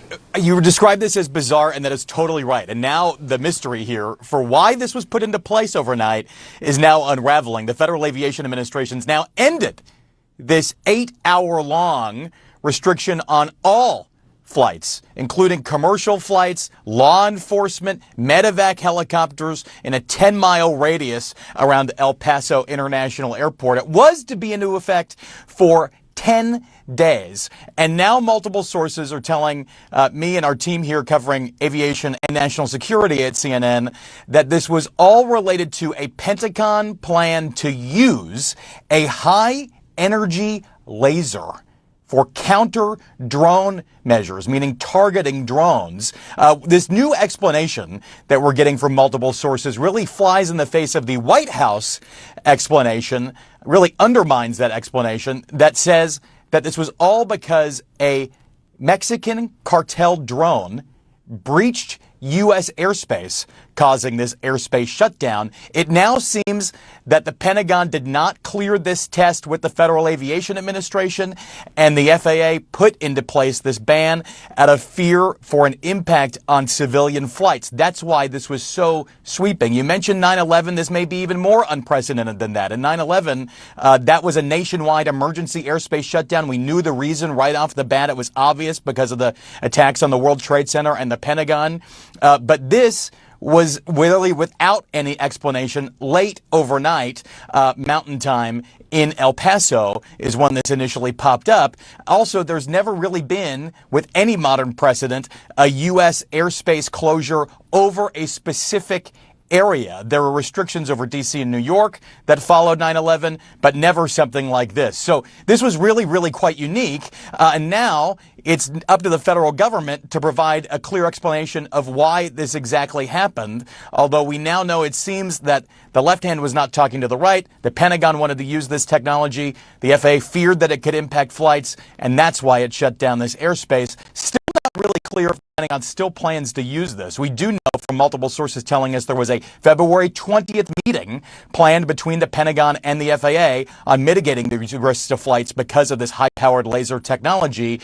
This plan, planned restriction, initially went into place for 10 days, which would have taken us to February 21st, just after that meeting was initially slated to take place. The Federal Aviation Administration still not really commenting here on to make it so that we can dig out of this confusion. Yeah, not really instilling much confidence if you don't have interagency communication either on something that is so pertinent like civilian air travel. Pete Muntean, thank you so much for breaking it down for us. Thank you, Pete. All right, we are live at the White House and Jerusalem as Prime Minister Netanyahu meets Donald Trump. We'll have more on that after the break.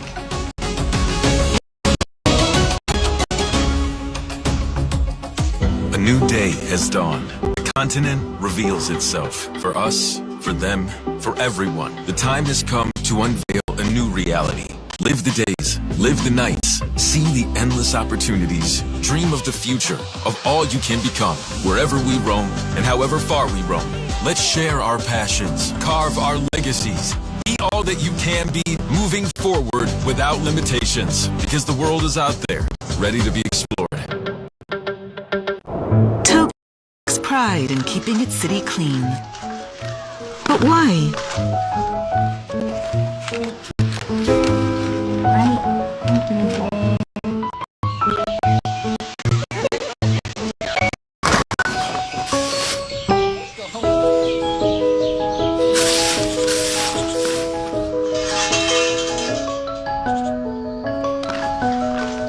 Edo spirit is what keeps Tokyo clean.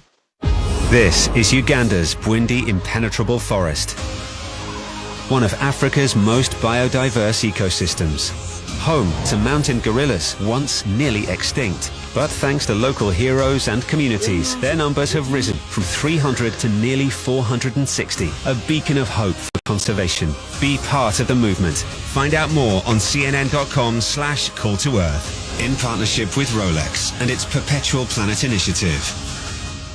On Laura Coates Live, we cover it all. Will you take this all the way to the Supreme Court? I'm not refuting a syllable of what you say. What do you say to people who are looking to find their voice? All the news, all on Laura Coates Live, Tuesday through Saturday on CNN.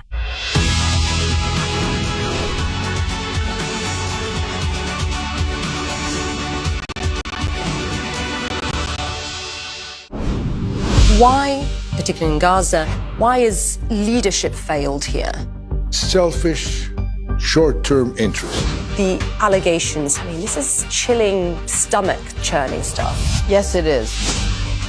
What happens, Maria Corina Machado, what happens if you're arrested? Well, we're taking one day at a time. Do you think that Colombia could be at risk here? What would it take, Mr. President, for Serbia to acknowledge Kosovo's independence? And it is here, on these grounds, St. Peter's Square, that his funeral will be held. This is what 18 months of war has done to the children of Gaza. Where do you find empathy with some of these autocrats? The genocide in Rwanda made you almost quit photography. Tell us about that moment. How does his story show all of you who are the future?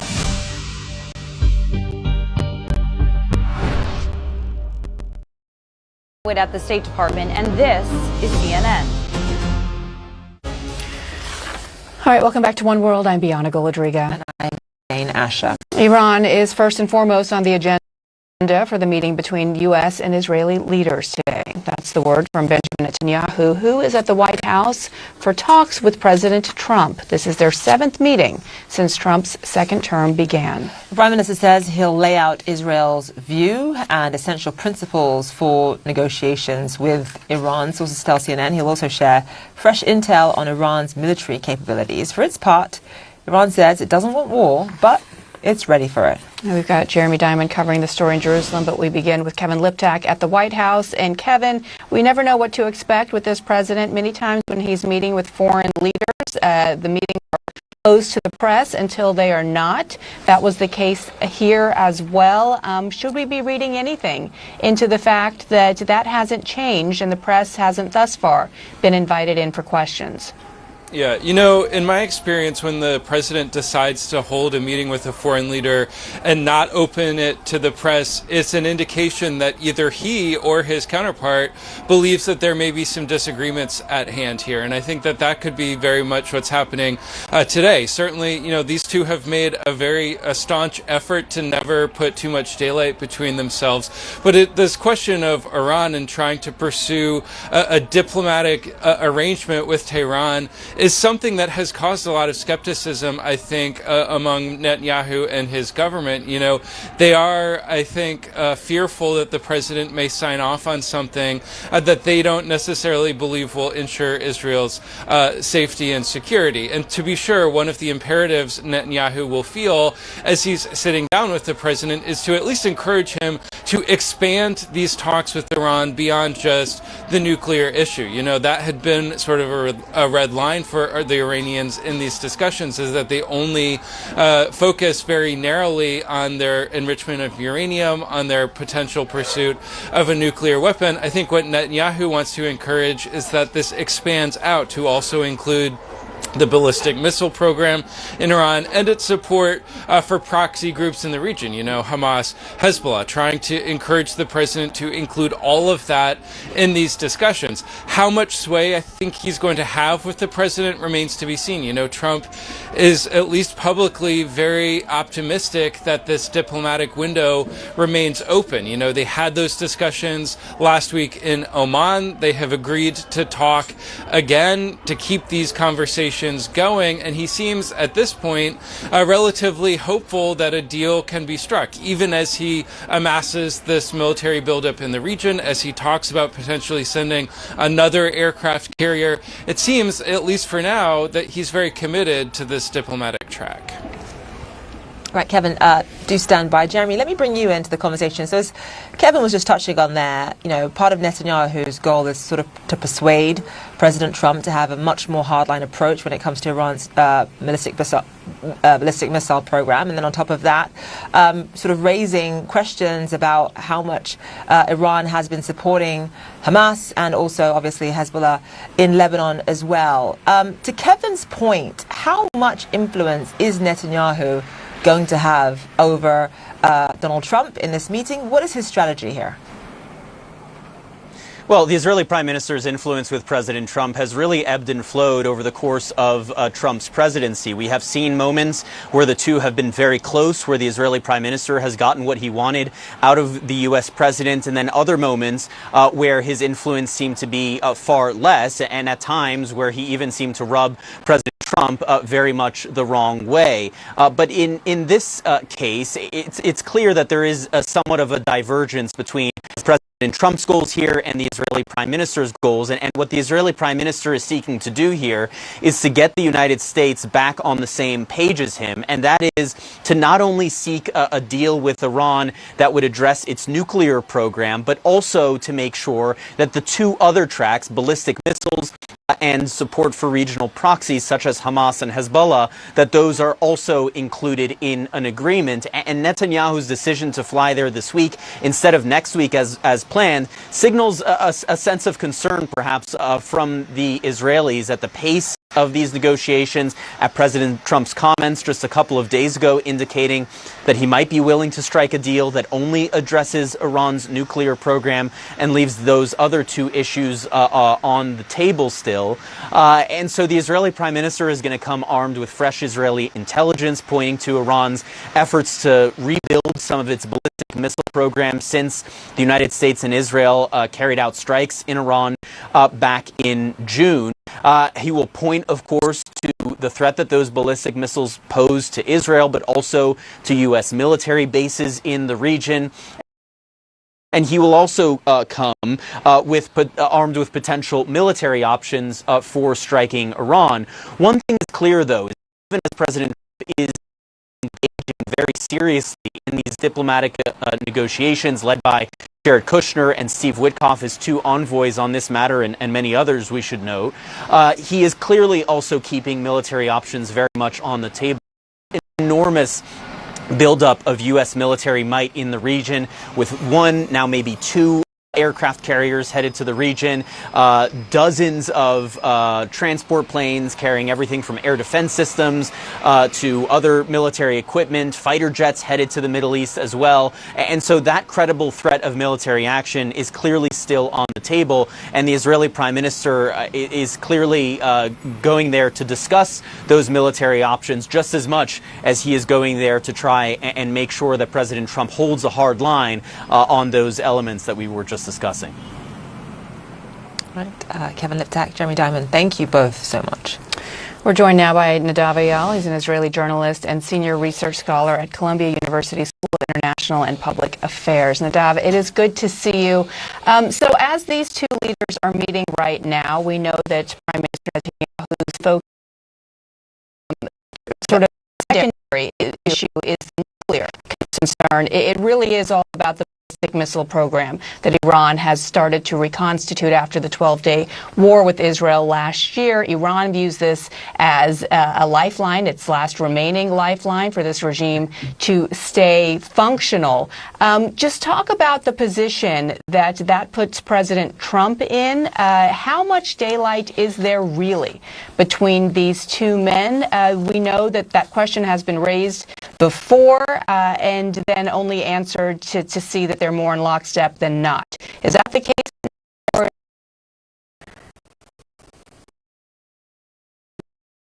now is an agreement between the administration and the that ballistic missiles are an issue, an important issue. The United States has signaled that to the Iranians. The Israelis are saying that the bread and butter of the negotiations is going to be the nuclear. It's still the most pressing issue, and I think we should hear loud and clear what the Vice President has only said this morning.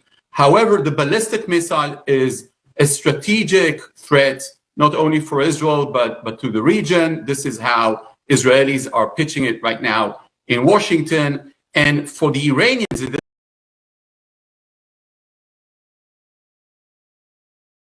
this is interesting. They see this as a red line of themselves because they're not signatory to any treaty that says they need to limit the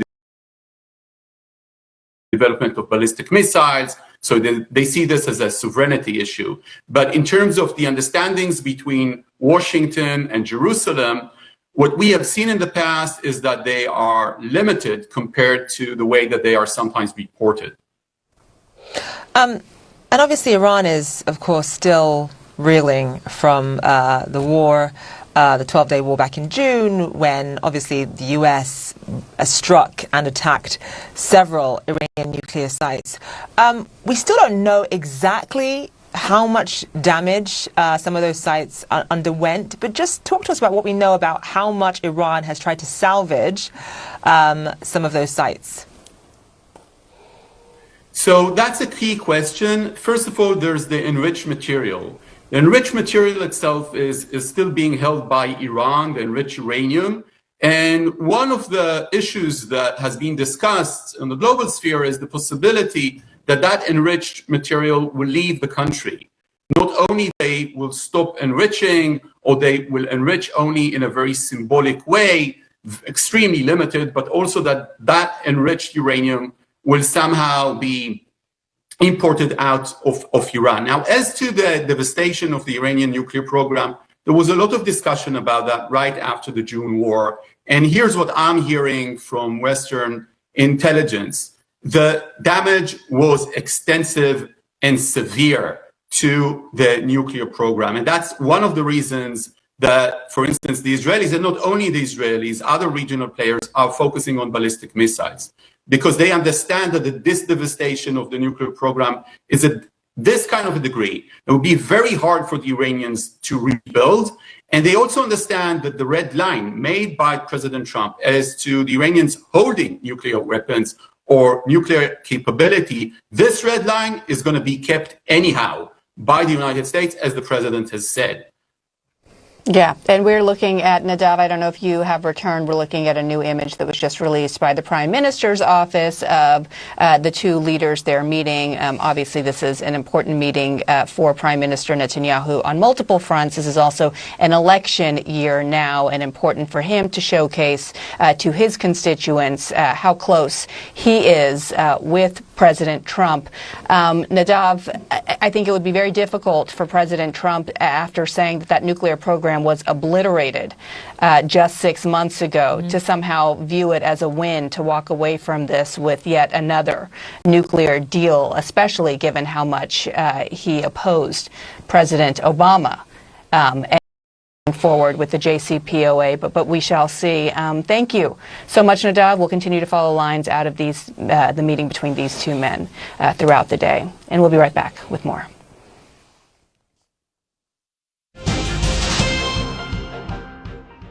Stablecoins are a financial instrument that sits on a blockchain and is backed by something like a fiat currency, like a dollar. We're sitting here in the UAE, and the center of gravity doesn't have to be London or Frankfurt or Paris.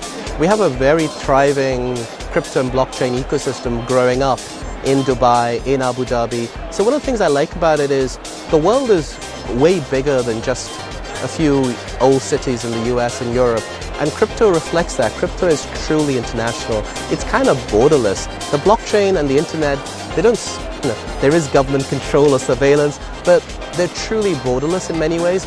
And you can connect. You could be playing a video game online, and the person you're playing with doesn't have to be here in Dubai. They could be in South Korea. Distance disappears on the internet, and blockchain does the same for money. Africa is moving fast into the future, and on the Zain is keeping you up to date. Join me as we take a look at how plugging in and going digital has changed the game. Witness Africa transform with the latest technology. Our entire mission is to solve humanity's greatest challenges, leveraging data and AI. We're solving really massive problems at national scale. And the key players behind them all. There is an amazing line of vision. This will bring development, jobs, innovation. The Link on CNN, in association with MTN. CNN World Sport. Non-stop action year-round. I have a lot of things to give to the football. All the major events. I love where the game is going right now. What does it take for me to be even better? Sometimes it's impossible to control. The latest highlights. Women's sport is having a moment that it should have always had. And exclusive interviews with your favorite coaches and players. We're going to keep this thing rolling. You rock. Don't miss CNN World Sport. Only on CNN. Innovations for the future. Business trends of the present. Distinctive traditions of the past. Meet the power players in Asia's emerging and established markets. Who will stand out from the competition? What will attract new industry consumers? Where will productivity hit a new level? And how will it impact the global economy? Join me, Christy Lustel, and me, Hanneke Montgomery, on Marketplace Asia. this weekend on CNN. All right, we are keeping an eye on Attorney General Pam Bondi's testimony before the House Judiciary Committee. And just moments ago, Republican Representative Thomas Massie, a thorn in this administration's side over the Epstein issue, grilled Bondi on the heavy redactions in the Epstein files. Massie is one of the members of Congress who has spearheaded the effort to release information and hold people to account. Yeah, I want you to listen to Massie and Bondi's exchange from just a few moments ago. Behind me, I have 3 documents from the DOJ production that are emblematic of the massive failure of the DOJ to comply with the Epstein Files Transparency Act. To my right is an email that was sent by the victim's lawyers to the DOJ. It was a list of names not to redact, a list of names not to release. What did the DOJ do with this email? They released this email in the document production. Literally the worst thing you could do to the survivors, you did. And they're getting phone calls. A lot of these people didn't want to be known. And we know you touched the document because you redacted one name and you redacted the lawyer's name, but you left the survivor's name there. The next document I want to show you, that was in the title, the victims' survivors' names, all right? The title of this one is Child Sex Trafficking, Co-Conspirators. Fully redacted. And by the way, I'm going to unredact them here. Les Wexner is in this. Now your your deputy attorney general said, oh, well, he appears hundreds of times in the files, but he doesn't appear in this file until I forced you to release it, where he's listed as a co-conspirator, not to tax evasion, but to child sex trafficking. Not to prostitution, not to money laundering, child sex trafficking. And then finally, what we have here is the third exhibit that I have is emblematic of the FD 302 release. These are the documents that we need that you're holding on to and over redacting because they have the names of the men who are implicated. How do we know? Because the survivors gave testimony to the FBI, and it's in there. And what happens when you go to the portal at the DOJ to look at what's behind this redaction? Another redaction. So we can't even see them. And then there's some of these files you've pulled down from the website that we will never see because we can't search the redactions. So I have several questions for you. Who's responsible? Are you able to track who in your organization made this massive failure and released the victims' names? Are you able to track who it was that obscured Les Wexner's name as a co-conspirator in an FBI document? Do you have that kind of accountability?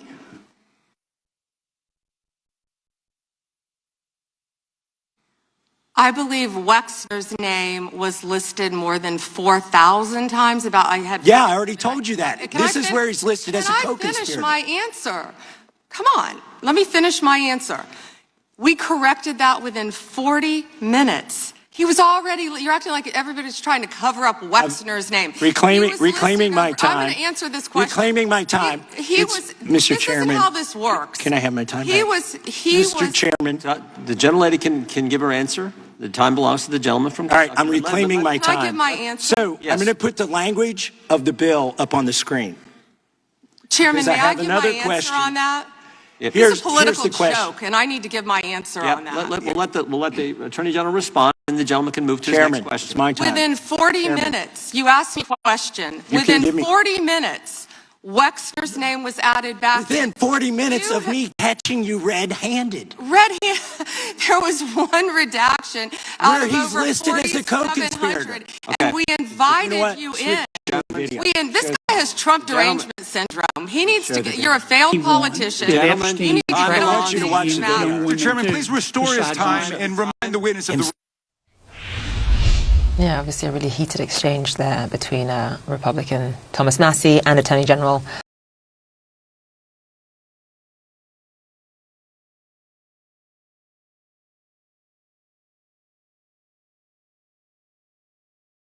Bondi there. We'll keep an eye on this hearing and bring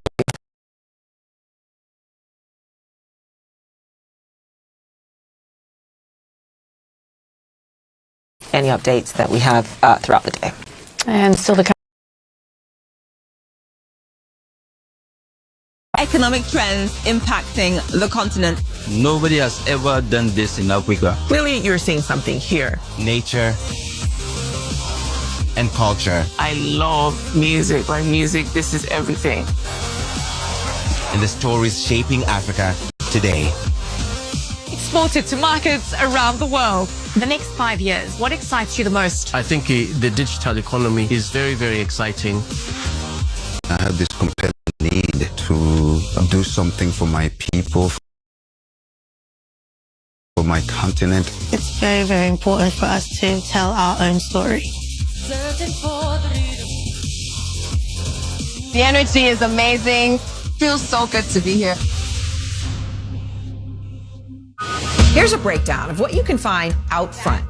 The real question comes down to, where is the supreme leader? Where are we when it comes to inflation? Direct, in-depth, and raw. Do you think that Pam Bondi is hiding something? Hell yeah, I think she's hiding something. Getting ahead of the biggest stories and giving you context you won't find anywhere else. We are in an unprecedented moment. Do you like capitalism? No, I have many critiques of capitalism. Aaron Burnett out front. Weekdays on CNN. Every day we take a step back to look at the big picture. From decisions made in Washington to the ripple effects across Asia, Europe, and beyond. We follow the story as it unfolds and hear every voice to make sure the information is clear, fair, and relevant to you. In a world packed with noise, facts matter. That's what we do here. This is The Brief. Did the re-election of Donald Trump play any role in your decision to resign? Why do you need to study it? It sounds like you have it on your fingertips. Great question. You continue to fight for your name to be cleared. Why? Do you have any concerns about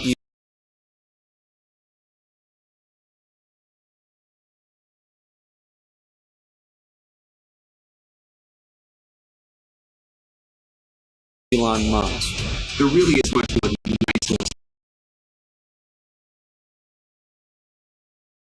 as Americans.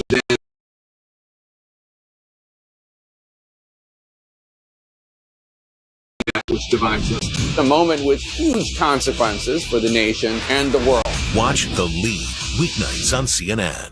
128 million people across the U.S. tuned in to watch the Superstars performance. That is according to Nielsen ratings. Yeah, the figures actually make it the most watched program ever in NBC's 100-year history. And as our Brian Stelter reports, the numbers were not as stellar for Turning Point USA's alternative show. Hey there, yeah, the ratings report card is in, and it shows that the NFL, NBC, and Bad Bunny were all big winners on Sunday night. The ratings from Nielsen showed that about 125 million people in the U.S. watched the Super Bowl. That makes it the #2 Super Bowl in history, only behind last year's Super Bowl, which was televised on Fox. The reason why the numbers were down a little bit year over year probably has to do with the lopsided nature of this year's game. The Seahawks were dominant the entire time, so some Patriots fans and others probably tuned out in the third and definitely the fourth quarters. We know the second quarter was the highest rated overall. And there was an attempt by a conservative group, TPUSA, to put on an alternative performance, an alternative halftime show. That attempt at counter-programming drew 5 to 6 million viewers live on YouTube. A decent number on YouTube, but again, much, much smaller than the 128 million that watched Bad Bunny on television and streaming in the U.S. There is no standard global metric for the global audience for the Super Bowl. But these Nielsen ratings show that American football continues to have a unique hold on audiences in the U.S. and a unique place in pop culture. Back to you. Also interesting, it appears President Trump, as angry as he was with the decision for Bad Bunny to be the performer, actually watched as well. All right, finally, every family passes down its own traditions, but in this one, they pass down the whistle as well. Yeah, 3 generations of one family officiated the same basketball game for the first time, celebrating the close tie their family has to the basketball court. Adam King has a story. These shoes have been up and down a lot of courts. It'd be right in the thousands. That whistle made its fair share of calls. The best seat in the house. But this night is decades in the making. When I saw on the schedule that we were all refereeing together, it just melted my heart. You're getting up and down pretty good, man. How you feel? And this halftime meeting. Like I said, man, I got the experience. You got the experience. Well, it's more of a reunion. I know you feel good. You always feel good, man. It's me, Billy, and Little Billy way back in the day. This is Bill Kane. Hey, hands off. And so is he. And he's also Bill Kane. Definitely a family affair. I love these guys. Junior, the third, and the fourth. This is me here, and this is Billy there. He kind of taught me everything I know. And, you know, and it came full circle because now Billy is the same way. And he prolonged my referee career, too. Good call, good call, good call. Every family passes down traditions. Here, they pass the whistle. First time we worked together, too. I was wondering, yeah, when I saw a 3 on there, I was like, whoa. Yeah. No, that's awesome. I mean, he started a long time ago. It's awesome that it's gotten to me. I'm really honored that he brought both of us into it. These are old. It's been a career of constant achievement for Junior, but his favorite moment reffing was the one we just did. That one was just touched my heart from, smiling from ear to ear. There is no question in this family. Reffing, it is much more than just paying the bills. Just super duper proud. I mean, it's a once in a lifetime achievement. And just to see their development and how they've kind of taken the ball and ran with it. And as for the next generation, for it to go full circle like that, and with the possibility of maybe Bill Kane, the fifth, coming along. You never know. Keeping it in the family. Adam King with that reporting. All right, that does it for this hour of One World. I'm Zain. And I'm Bianna Golodryga. Thanks so much for watching. I'm on 4. What's up next?